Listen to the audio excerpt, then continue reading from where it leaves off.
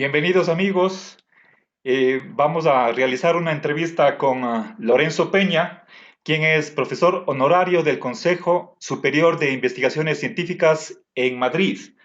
Soy Marcelo Vázquez, profesor de filosofía en la Universidad de Cuenca, República del Ecuador.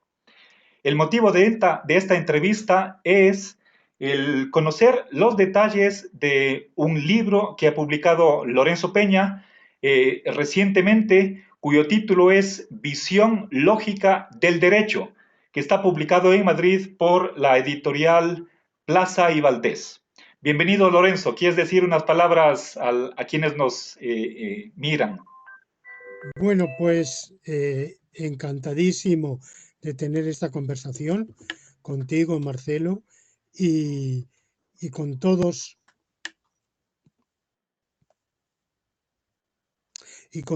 aquellos que tengan la amabilidad de estarnos siguiendo y escuchando. Me parece una ocasión muy bonita para intercambiar ideas. Muchas gracias. Para quienes no conozcan a Lorenzo, quisiera brevísimamente indicar algunos hitos de su trayectoria. Este es su octavo libro, si estoy mal, corrígeme, Lorenzo, de autoría individual. Y bueno, en primer lugar, su primer libro fue sobre teología filosófica, luego un par de libros sobre lógica, otros dos más sobre ontología, y bueno, gira en torno a filosofía del derecho. La primera pregunta que quisiera hacerte, Lorenzo, es a partir alrededor de 1996, tú cambiaste tus intereses investigativos para pasar desde la lógica, la metafísica, filosofía del lenguaje, hacia la filosofía del derecho. Quisieras, por favor, dar un poco de detalles, ¿cómo fue ese cambio, por favor? Bueno, en realidad fue un poco antes, ¿verdad?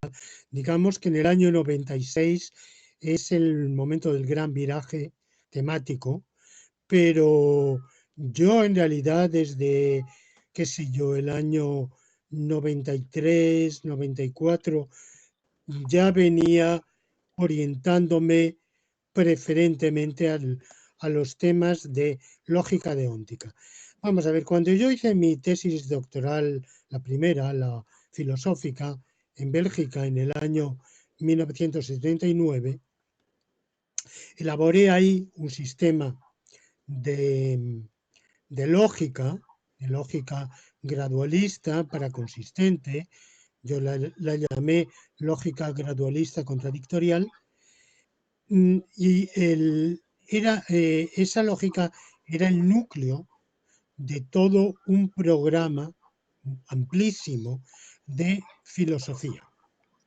Es decir, lo que yo trataba de hacer era con ese sistema lógico aplicarlo a la solución, al tratamiento de grandísimas cuestiones y debates que en los cuales ha estado metida la filosofía a lo largo de siglos o de milenios, en teoría del conocimiento, en metafísica, en filosofía de la naturaleza, en todos los órdenes del pensamiento filosófico.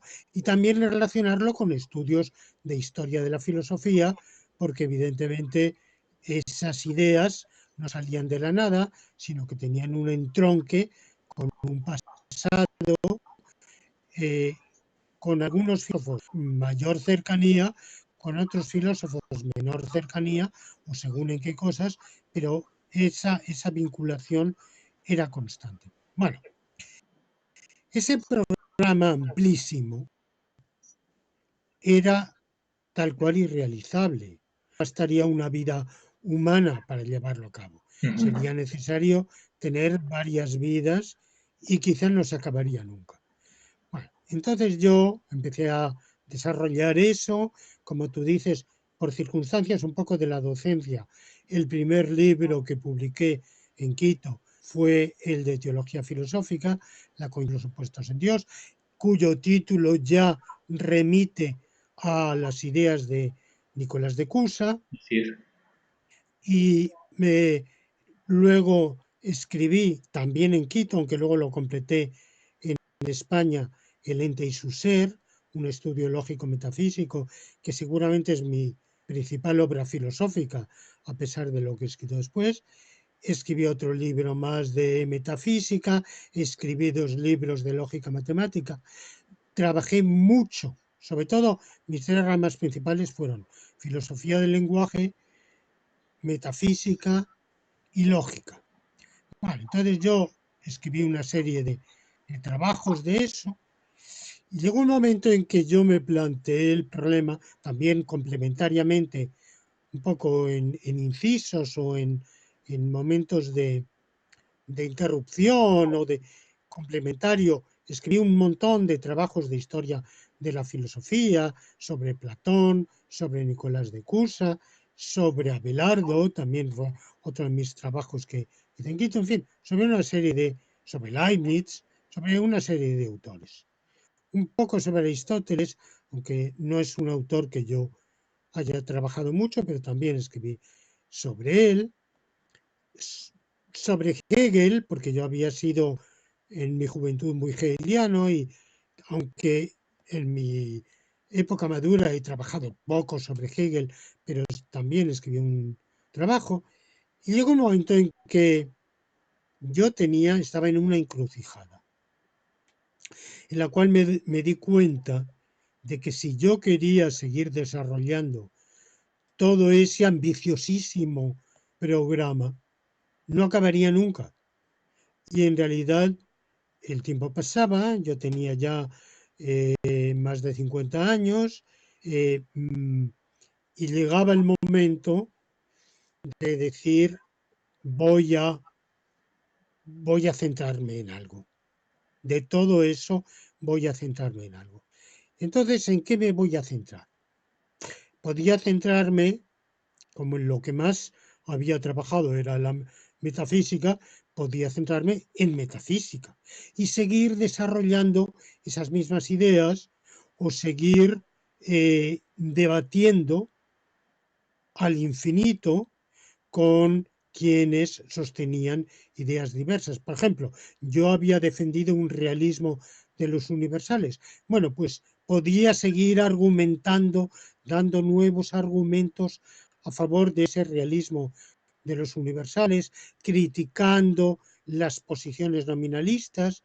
Cada año surgían nuevos libros, nuevos artículos, nuevos ensayos que desarrollaban nuevas versiones o nuevas variantes o nuevos refinamientos de esos argumentos y yo podía desarrollar una respuesta, una crítica. Y hay muchos filósofos, o si no los queremos llamar filósofos, profesores de filosofía, que se dedican a eso. Toman un tema, qué sé yo, la identidad, y toda su vida pasan 10, 20, 30, 40 años y siguen con la identidad porque es inabarcable e inagotable. Los temas filosóficos son inagotables. Bueno, yo no tenía ganas de hacer eso, ¿verdad? Yo, por ejemplo, había escrito El ente y su ser, y en un primer momento sí tuve un programa de completar la metafísica del ente y su ser en una serie de aspectos, de áreas, como por ejemplo la teoría de las relaciones, que estaba en el ente y su ser, poco desarrollada. Bueno, entonces, en esa encrucijada yo dije, bueno, en todos estos temas fundamentales yo creo que he aportado. O sea, es una apreciación personal, una valoración personal que evidentemente yo tengo la mía, que no tiene por qué ser la más válida, pero en mi propia estima, en mi propia visión de las cosas, yo había hecho una aportación sustancial, interesante y válida, que luego se podría seguir discutiendo. Y el desarrollo de ese programa de lógica aplicada a diversos ámbitos estaba la lógica deóntica, uno de los muchos aspectos, porque yo tenía también hice trabajos de lógica temporal y de lógica doxástica, pero bueno, eso fue poco, la lógica doxástica fue poco fructífero y tengo muchas dudas de que sea posible. La lógica temporal, hice un trabajo muy técnico, bastante difícil. Si un día alguien retomara eso, habría que reelaborarlo. Y entonces me topé con la lógica deóntica, que en principio era solo un aspecto más. Y ese aspecto más, por circunstancias anecdóticas de mi vida, que bueno, quizá no son de mucho interés para quienes nos están siguiendo, fue, fue ganando terreno. Hice un primer esbozo de lógica deóntica y tomaba la lógica deóntica estándar, que la de von Wright, y simplemente le aplicaba, tomaba como cálculo lógico subyacente, o sea, cálculo proposicional subyacente, en vez de tomar la lógica clásica, tomaba la lógica que yo mismo había desarrollado, gradualista contradictorial. Y entonces, una vez que escribí ese primer artículo, que si mal no recuerdo fue en el año 89, o sea, unos años antes de eso, enseguida me sentí muy insatisfecho, porque vi que eso no era aplicable al razonamiento normativo. O sea, que si queríamos, estaban una serie de paradojas que no inventé yo, estaban circulando, eran conocidas, y yo al principio las había apartado un poco. Esas paradojas había dicho, bueno, no son graves, uno puede vivir con ellas. Y luego me fui dando cuenta de que no. Y a esas añadí otras, y vi otras insuficiencias, y me di cuenta de que el razonamiento normativo en realidad requería unas pautas de inferencia, unas reglas de inferencia que no estaban en absoluto, no figuraban en absoluto en ese tipo de lógica. Entonces, poco a poco, laboriosamente, con mucha dificultad, se me fueron ocurriendo ideas que reemplazaban, pero eso no vino de golpe, que reemplazaban a la lógica deóntica estándar. ¿Ya? Una lógica normativa totalmente diferente. Incluso a veces yo dije, bueno, vamos a llevarle la contraria. Un poco como Descartes dice, voy a pensar ahora todo lo contrario de lo que me habían enseñado.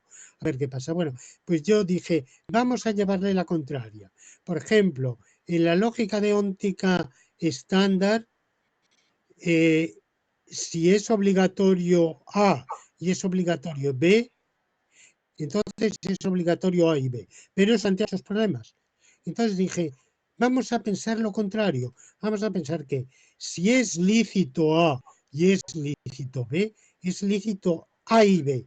Al principio fue un ejercicio puramente formal, digamos, en cierto modo un juego, a ver qué pasa. Y luego me di cuenta de que lejos de ser un juego, era totalmente válido, totalmente necesario en el razonamiento jurídico. El razonamiento normativo. Pero dentro del razonamiento normativo, digamos que hay dos grandes sistemas normativos, la moral y el derecho. Y yo la moral nunca la había cultivado. O sea, es curioso que había llegado a esa etapa de mi vida, había desarrollado trabajos de tantísimas ramas de la filosofía y solo había escrito de teoría ética o de ética un capítulo, quizá no de los más logrados, de mi libro Hallazgos filosóficos, que era una exposición sistemática de mis ideas filosóficas, y algún artículo suelto sobre un tema muy concreto, como los dilemas morales en la filosofía analítica, artículo que también fue un arranque de reflexiones posteriores. Pero por diferentes razones que quizá nos llevarían muy lejos y es mejor omitir aquí, la moral o la ética no era, digamos, mi plato fuerte, ni aquello que a mí me interesaba más. Mientras que el derecho sí lo era. Primero porque yo pensé, con razón o sin ella, que llegaba un momento en que yo tenía que aportar a la sociedad algo. La sociedad me había aportado mucho, mi vida ha sido muy complicada, pero con todo, la sociedad me había aportado mucho. Yo en ese momento era investigador científico del CSIC, tenía espaldas un currículum académico significativo, y a mí me tocaba aportar algo a la sociedad. Algo no solo teórico, sino práctico, algo que sirviera a la gente. Entonces, yo pensaba que si algo era una fundamentación del derecho por una razón muy sencilla, y es que tenemos que vivir en sociedad y esa sociedad tiene que regirse por unas normas preceptivas, obligatorias, que rijan la convivencia entre unos y otros, y, y que esas normas vienen dadas por el derecho. Pero entonces me di cuenta de que si yo quería verdaderamente fundar la lógica que estaba elaborando de tal manera que fuera aplicable, realmente aplicable al derecho, tenía que conocer ese derecho. Pero conocer, y entonces me propuse conocerlo desde el piso bajo, empezar, o desde el subsuelo, empezar piso a piso a piso, seguir toda la carrera jurídica. Entonces, algunos de mis amigos me dijeron, pero Lorenzo, eso te aparta de la filosofía.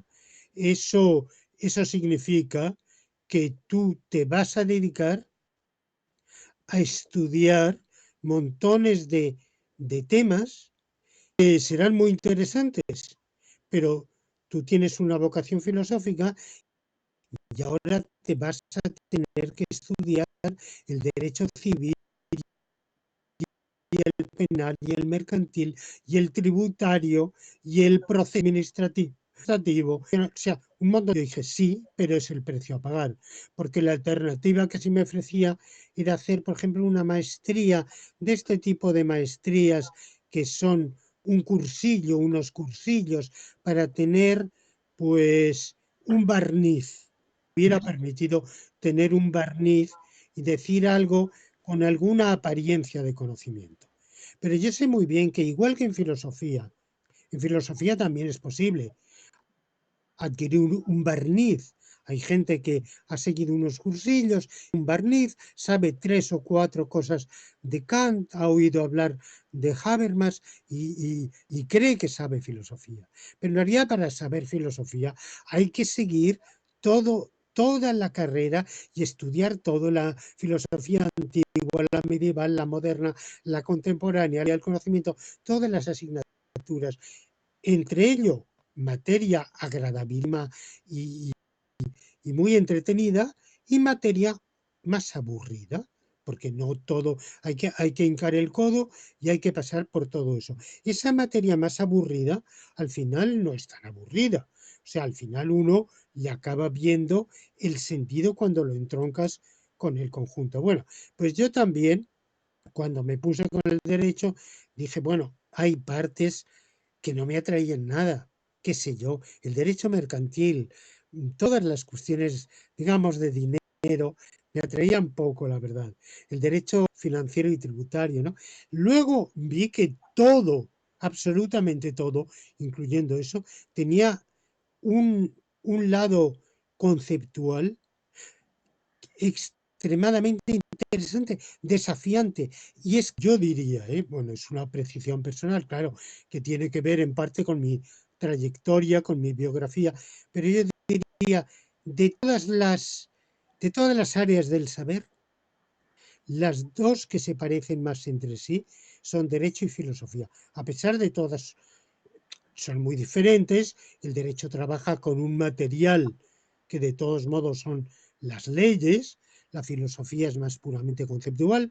También la filosofía, podemos decir, se parece mucho a la matemática, precisamente por ser disciplinas esencialmente conceptuales, pero el derecho es tremendamente conceptual. Es una asignatura que tiene que ver efectivamente, es mejor dicho, una disciplina que tiene que ver efectivamente con, con las leyes, con la normativa promulgada por la autoridad, pero principalmente tiene que ver con los conceptos. O sea, va a examinar ese material jurídico que está ahí desde el ámbito conceptual.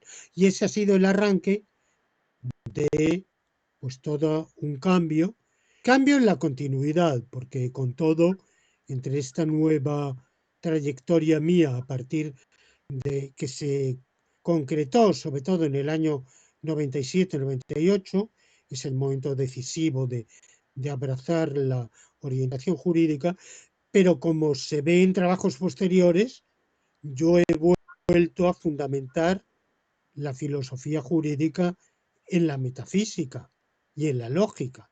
O sea que hay novedad, hay viraje, hay cambio, pero también hay una gran dosis de continuidad, pienso yo. Ya, Lorenzo, eh, Lorenzo, quisiera hacer aquí una pausa.